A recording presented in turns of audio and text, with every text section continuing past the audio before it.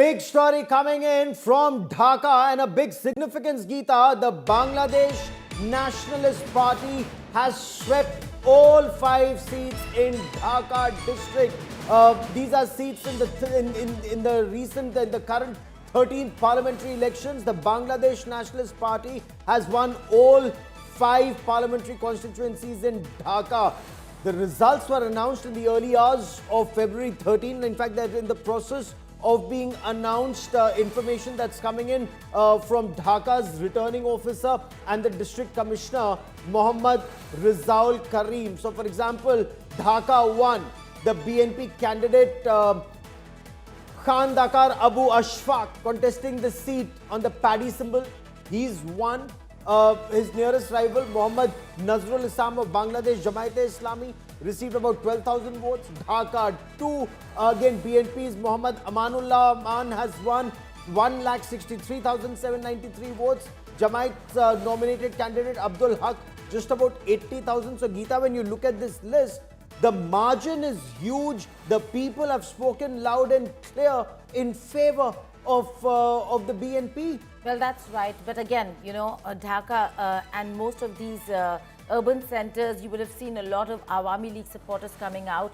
So the fact that Awami League is missing is the reason why we're looking at the kind of voter turnout and the kind of difference and the kind of wins in Bangladesh that we are looking at today, Gaurav. Having said that, it is a huge win for the BNP. All the seats of Dhaka have gone to the BNP.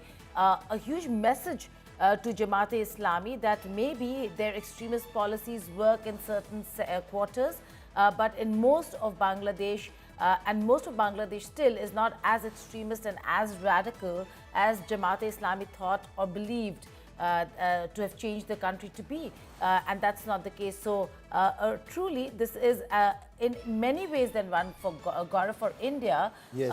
India should be breathing a sigh of relief because although there are reports of incidents of violence against minorities even today, and all through campaigning there were incidents and cases, Hindus being killed, minorities being persecuted, threatened, harassed, and that continues.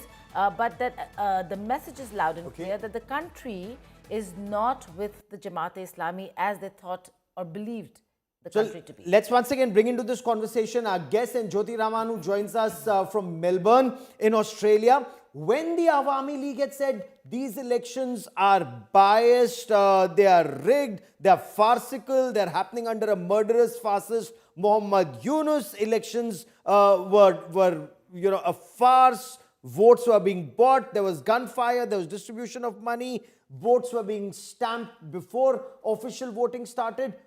Do these results indicate that even Awami League voters may have voted for BNP fearing the Jamaat, or they have stayed out? This is the BNP supporter who's coming out after 20 long years?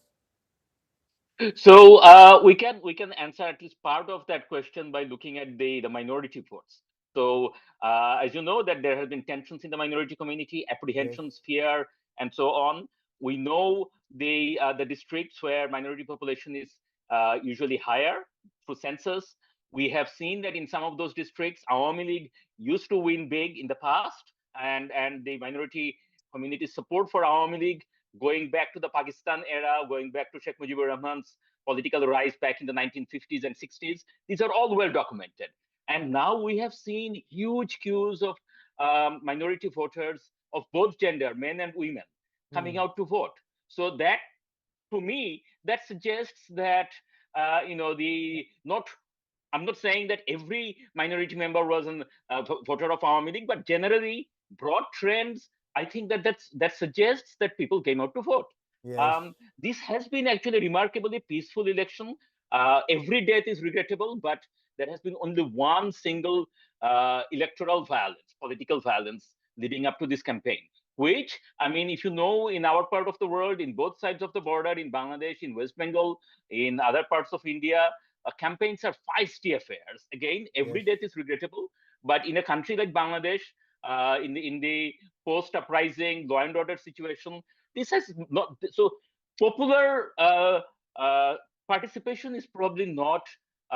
Will minorities be better protected now Hindus who've been targeted, many in India argue very systematically. Will they be better protected? Remains that big issue, and we'll be tracking that story very closely.